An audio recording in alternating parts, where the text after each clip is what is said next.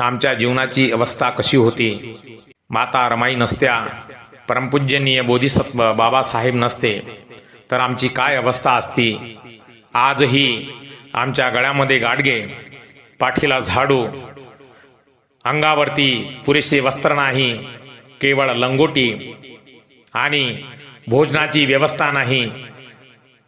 गावामध्ये जर एखादे जानवर प्राणगत झाले, मेले, गाय असेल, बैल असेल, रेडा असेल, त्या मृत प्राण्याला गावाबाहेर ओढत नेणे आणि त्या मृत प्राण्याचे मांस आणणे, त्याला वाळायला घालणे आणि ते मांस खाऊन आपला उदरनिर्वाह करणे, याच्या व्यतिरिक्त कुठलीही सुखसुविधा नव्हती.